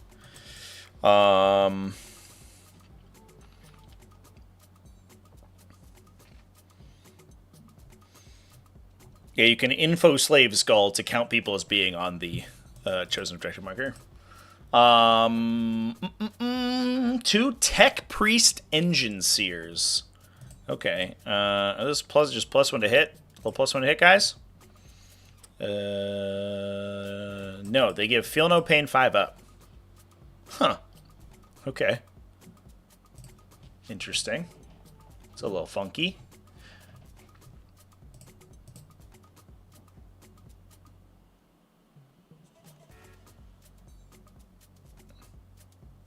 They heal any Adeptus Mechanicus model for D3 wounds. That's cool. They can't. They aren't just restricted to vehicles. So this is Skitarii Ranger, 3 Vanguard, 2 Iron Strider Ballistari. I guess they just give a 5-up feel no pain to Iron Striders. That's pretty good. Hey, hold up. That's all right. For like, how many points are they? Like 40 points or something? For 45 points. Huh. And they're like a little lone operative guy when they're next to a vehicle? That's a good little guy right there. He's a good doobie.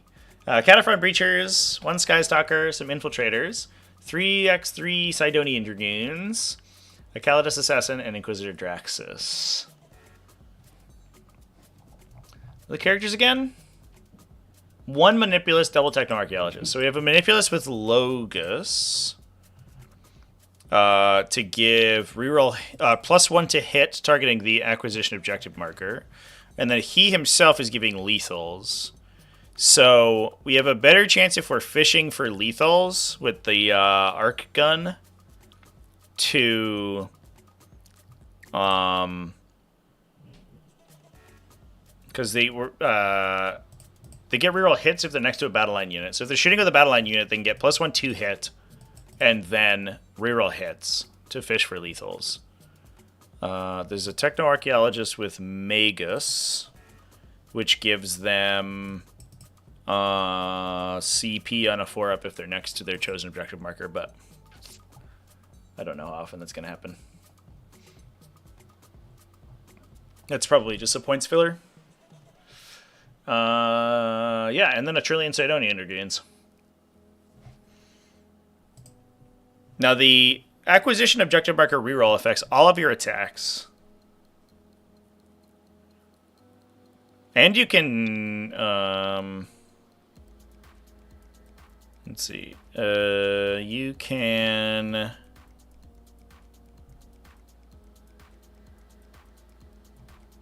get a 6-inch consolidation if you consolidate to the acquisition objective marker.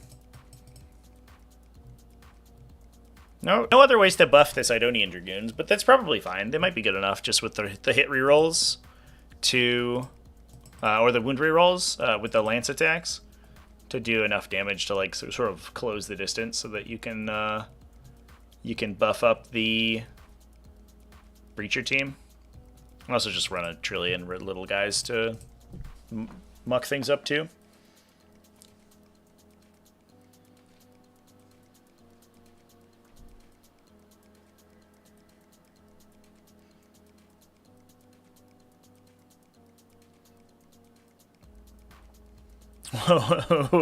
Yeah, no one knows what Explorator Maniple does. Yeah.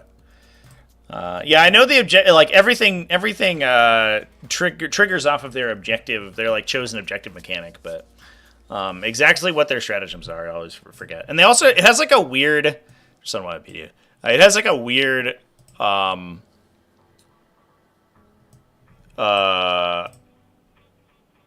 like sub-theme of transport buffs, but they're all kind of bad. You can get +1 to wound when you disembark a transport, but it's 2 CP. It's like, it's a lot. I don't know if I'm gonna use that.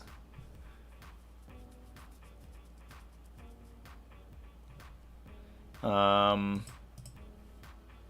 it's probably, I guess the Iron Strider is actually like, they get the reroll wounds of 1 in a lot of instances because it's either if their target is on the objective or if they are. And that unit is so physically massive that it's probably pretty easy to trigger off. Now, do Sidonian Dragoons have smoke launchers? They used to have like a smoke effect back in the day. No, they just have stealth. Oh no, they do have smoke launchers. So you can use the covering smoke stratagem on your infantry. It's kind of cute. That's a little something something, right? It's adorable. Is there points limit to how much you deep strike at the start of the game? Yeah, it's half your army. Your total reserves can only be half your army, but your strategic reserves can be 25%. So you have a 1,000-point budget. Of that, half of that can be strategic reserves, or the whole thing can be deep strikes, essentially. I have a whole video on reserves. You can go check it out. I go into excruciating detail. How much does it cost to run this list? I don't know. A couple bucks of 3D print resin, probably. Is that, am I allowed to say that?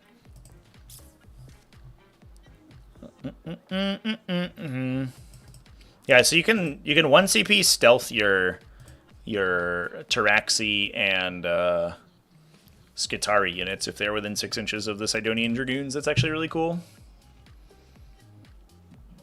I did not realize that they had the smoke keyword. You can give them double stealth. That's actually like a reason for them to actually have smoke, whereas normally it would be totally worthless. The stealth units that already have smoke. This is the smoke grenade units that already have stealth. Hilarious. More Chaos Demons chat. 4-1-1. David Hall. Oh, this is all the big boys. Be'lakor, Grand Including Keeper of Secrets, Lord of Change. Nurgling, Speakors, Endless Gift, Soul Stealer, and Everstave. And 2 Soul Grinders. Easy game with the big laser, the Zinch laser beam on them. Easy peasy. List after my own heart. I love lists like these.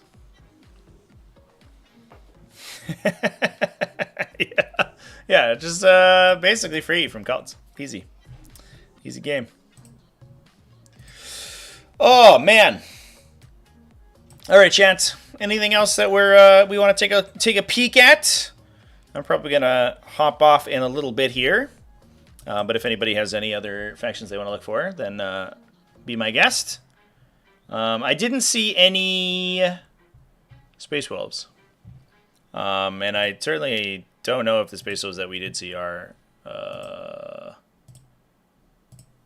I wouldn't know if they were Stormlands or not, I guess.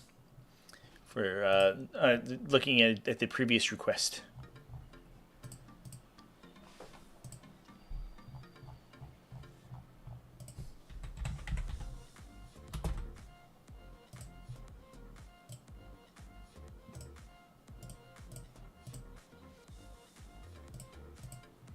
I found one Stormlance one.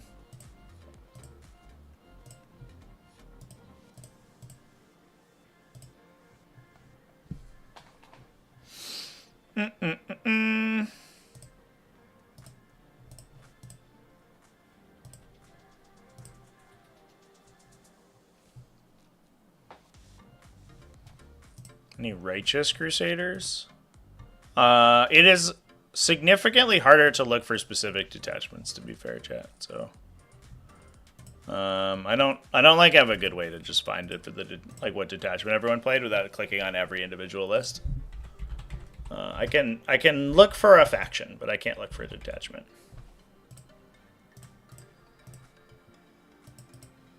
Most of the Black Templars, it looks like, were Gladius Task Force.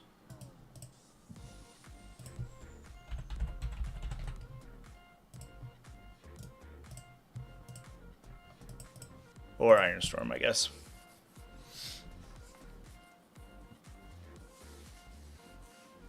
How can you hyperphase turn 1? If your opponent goes first, you can you go into strategic reserve at the end of their turn. If you have deep strike, then you can come in the in your reinforcement step. You can't like you obviously like if you go first, you're not hyperphasing in the first turn because that's not how hyperphasing works. But if you go second, then you can pick up in the first turn and then drop in and the bottom of the first battle round, basically. Orks. Oh, I know there's some orks.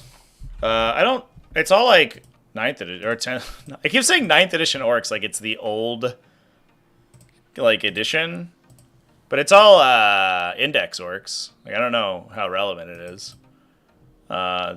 This one, Joshua Cowlard, who says, "No, I do not shout wah," which I appreciate.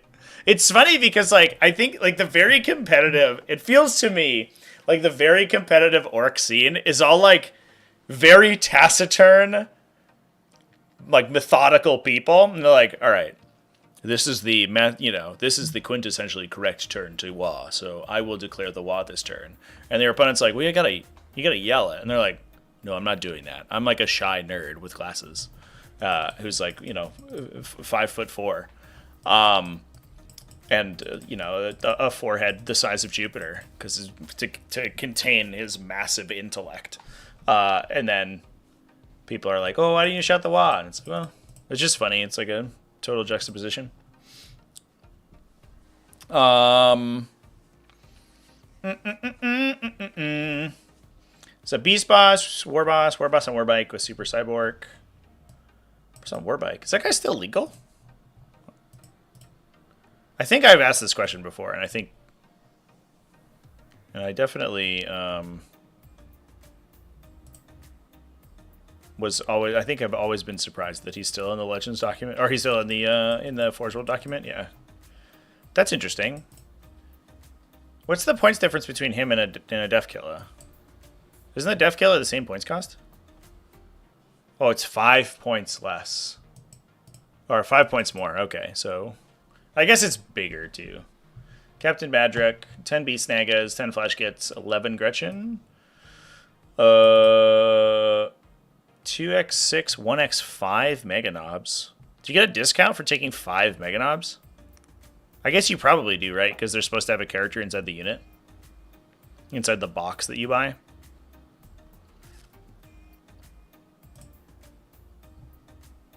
Yeah, you can take between 2 and 5 of them. Or 2 and 6. 2, 3. I guess you just can't take 4. Not allowed to take 4. Any number besides 4. It's fine.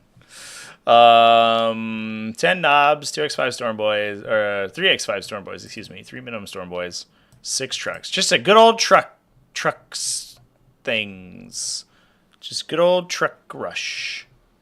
We're just trucking along. Just being a truckster. I like that Warboss and Warbike, actually. Although, I think, like, I guess he's smaller, but it just feels like so much worse than the Death Killer Wardrack for 5+ points. But is this at 1,000?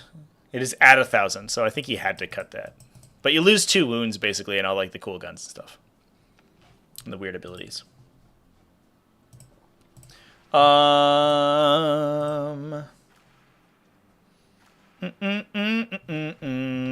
How does it get around not being able to allow it to come in from reserves turn 1? So you can't come from strategic reserves turn 1 unless you have Deep Strike. Don't ask me why GW decided that was the case, but they just wrote it into the rules that way. It's just in the rules commentary. If you have Deep Strike, you come in via Deep Strike instead of strategic reserve, even though you've been placed into strategic reserve. I don't know.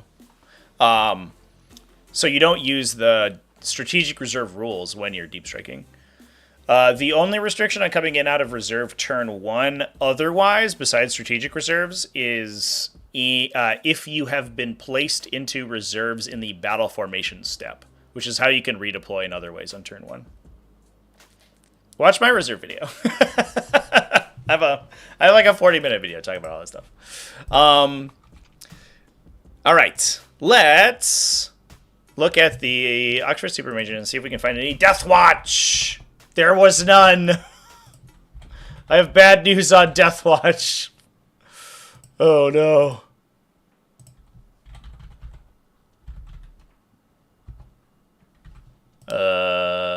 Yeah, I think we are. I think we might be striking out on Death Watch, chat. I closed my Fantasia Fanatic page, though, which was a mistake. And we did talk, to be fair, we did talk about Thousand Suns already, so. Yeah, out of the top 4 events of the weekend, there's not a single Death Watch player. Oof. Alright, we found one. I have bad news, chat. He was 4-1. Or 1-4, excuse me. The bad version of that. Andy Brown, I'm sorry, man. You done did dirty. Plain memes. Is it 3 Corvus Blackstars? Oh, it's 1 Corvus Blackstar. Or it's two Corvus Blackstars with a Proteus kill team and an Indomitor kill team? Yes! Are we putting a huge unit of Gravis armored guys into Corvus Blackstar? Like a 14 model count unit into a little airplane? I love it. Just everybody cloud cars out. Yeah, Gravis armored captain with Thief of Secrets in it too. Adorable. Plus a Tome with the Ectoclades captain, Apothecary Biologus. Oh, we double attached into the Indomitor kill team? The meme. Yeah, we had 12 intercessors or 12 Gravis units, Gravis models in a single Corvus Blackstar. That's very funny. I appreciate that so much.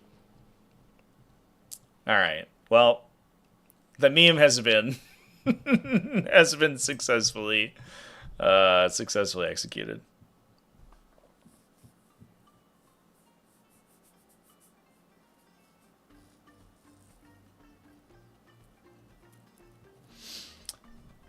Painting a Deathwing assault box. 10 Terminators left. Hell yeah. That's so many Terminators. Super cool. You can take 5 Meganobs and a leader in a truck. That's sweet. Alright. What else do we want to look at? Orks, Deathwatch. We want to look at any old Space Wolves? Any old Space Wolves. Find the coolest Space Wolves. Man, Space Wolves like all over the place this weekend. Some Space Wolf players did amazing, and then some were just like, well. Oxford Super Major had a 4-1 Space Wolves running Stormlance.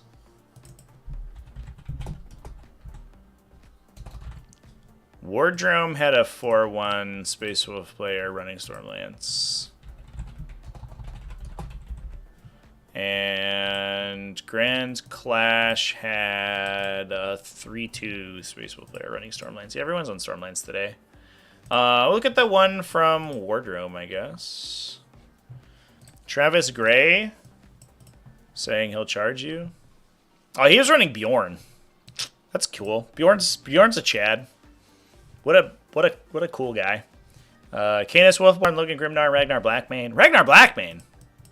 Okay. Battle Leader and Thunderwolf, Battle Leader and Thunderwolf, Wolf Lord and Thunderwolf, Wolf Lord and Thunderwolf. So I think, are we only 2 Thunderwolf squads in? Oh no, we're 3. So I guess Canis Wolfborn gets a squad. Yeah, that's not the other guy, right? The Troll King guy. Plus 3x5 Wolfen. So this feels like, this is like Stormlance minus, right? It's like Stormlance in like a small font, all lowercase. Because everything, it's all minimum size squads. Double Inceptors, Infiltrators, double Fenrisian Wolves, an Eliminator squad. 1 Impulsor, 1 Assault Intercessor squad.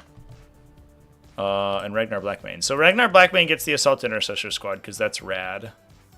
And goes into the Impulsor. So we just have like a little bit of a little nuclear missile. That feels so much worse than in Gladius Task Force. Because he's like, you don't need him to advance and charge. I feel like you would just put a captain, right? It's weird that we're not just taking a captain. But maybe it's fine. Logan Grimnar, Canis Wolfborn, and Bjorn. Yeah. So we had a little bit of Calidus Assassin action with Bjorn. 3 mini baby wolf wolf units, Thunderwolf units. 1 with Fury, 1 with Hunter's Instincts for the turn 1 deploy. And then just like, I guess we have an Instigator, Bolt, Carbine, Last Fusel, Eliminator squad, so we can do the in and out on the Impulsor after the Assault Intercessors get deployed.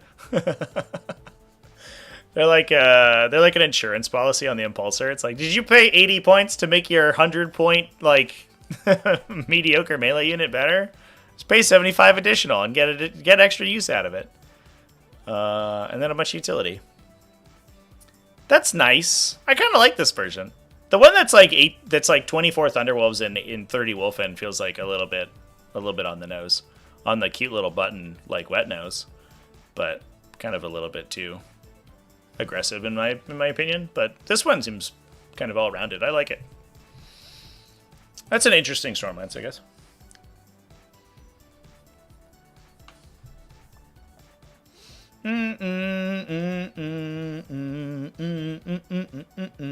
How good are Inceptors and Stormlance with the sustain strat? I think they're okay. Like I think it's good because you're like sustaining and full rerolling like hits and wounds if you're shooting your oath target. I don't know if I would run 6. Like it doesn't feel like the best thing that you're doing in the detachment, but it's like a nice bonus to running the plasma ones if you need to basically be +1 to hit against something. I mean, like you could give it a go, I guess. Like I don't think it's bad. It's just, it's like, I don't know. The Stormlance is so weird, right? Because like that's a solid combo. You know, you're giving your 3 damage twin linked weapons +1, like a sustain 1, which is just good. It's just good. But like you're playing Stormlance to like maximize Thunderwolf cavalry and melee mounted units. And so usually you just max on those, but I feel like if it would be much better in a non-Storm Space Wolf Stormlance, but those don't exist. So yeah, I think it's fine. I think you can play it and it'd be good. Adds a little bit of range, adds a little bit of like agency, you know, that you're not like, it gives you a way to get around and behind screens, which I think is something that's important for the list to be able to do. So yeah, I think it's fine. You just have to drop like a Thunderwolf brick basically, which is pretty pricey.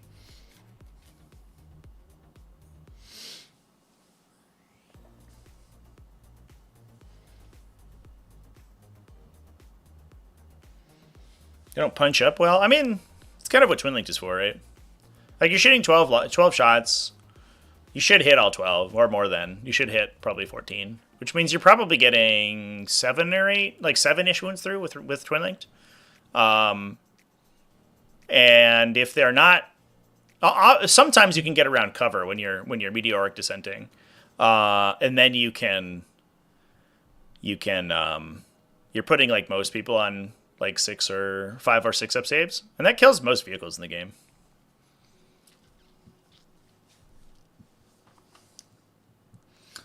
Steven got the 3d6 markers. Local club changed to fixed terrain, so the new placement markers are helping. Hell yeah, that's awesome.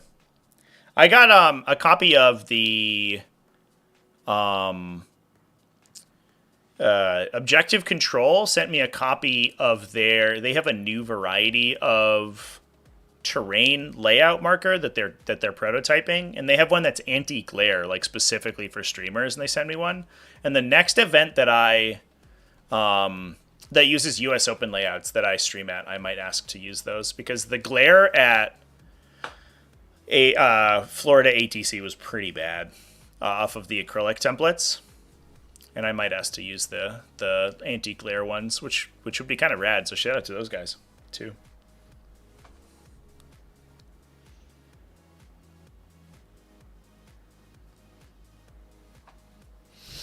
All right, chat. I think that I'm probably going to call things there.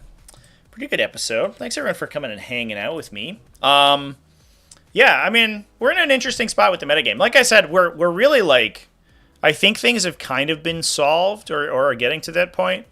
And so a shake-up in the next week or two would be amazing. It feels like right now, I don't like, whether or not a faction is good, like what the best factions are can kind of change from week to week. But the lists within those factions are kind of set, and that's a little bit boring, right? Tyranids are all invasion fleet. Astra Militarum is all like the, double manticore, double tank commanders. the like World Eaters is all the same. Space Wolves is all Stormlands, all that stuff. And I would love to see a nice big shake-up. Add some variety. I don't think not too much needs to get changed from a balance standpoint.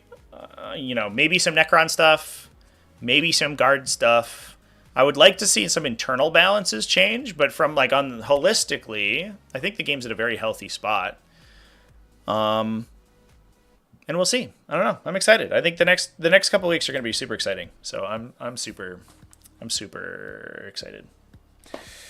Leviathan Rose has reserves can't arrive first battle round, including strategic reserves. Yeah, it says that for reserves that are in the battle formation step. Units placed into reserves during the battle formation step can arrive turn 1, but other stuff can. Or first battle round, I should say. And to be clear as well, strategic reserves specifically cannot arrive the first battle round. Full stop. End of story. They just have a rule in the core rule book. Because there's always that one guy. Every time we talk about reserves, there's always that one person who's like, but in other formats that aren't Leviathan, you can come in turn 1. Well, maybe. You can't come in turn 1 in Crusade.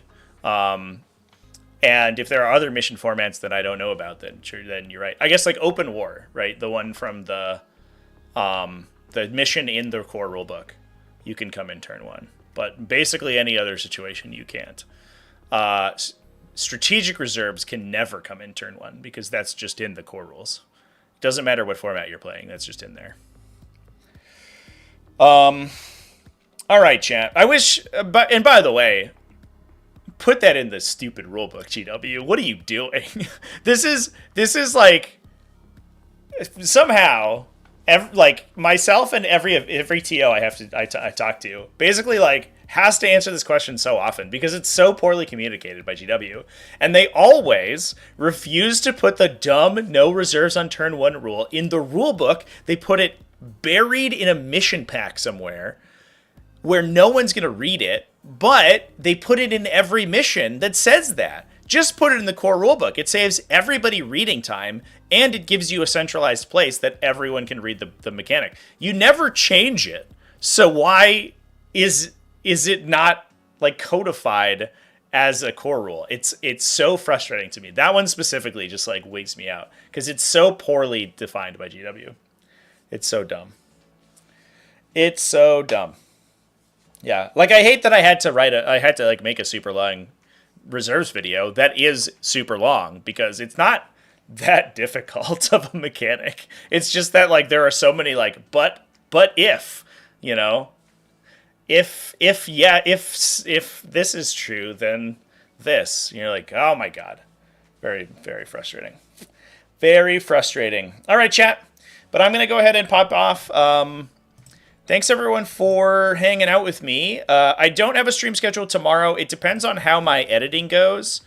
If I kill it, if I knock things out of the park and I get everything that I wanted to done, then I will... I'll try to stream some stuff on the Purple channel. Otherwise, I will be live. Oh, there's a very slim chance that I'll be live later this evening. A game's got scheduled at midnight my time. So if I'm awake, then I will stream that game. Otherwise, I won't. So I'll probably post up a little ahead of time if it's going to get streamed. But otherwise, then I won't do that. So there's a very slim chance I'll be live tonight or tomorrow morning, depending on where you are. If you're an EU person, probably tomorrow morning. if you're NA based, then it would be later tonight. But I'm not sure about that one. Otherwise, I do have a game locked in on Friday, and I will probably be live Wednesday and Thursday, depending on how my editing schedule goes. I have a lot of lists I want to play. I'm building lots of cool lists, everybody. So, yeah, with that, let's go wrap things up. Thanks, everyone, for hanging out. Remember to keep it classy, folks. Have happy wargaming, and expect lots of fun videos later this week. So, cheers.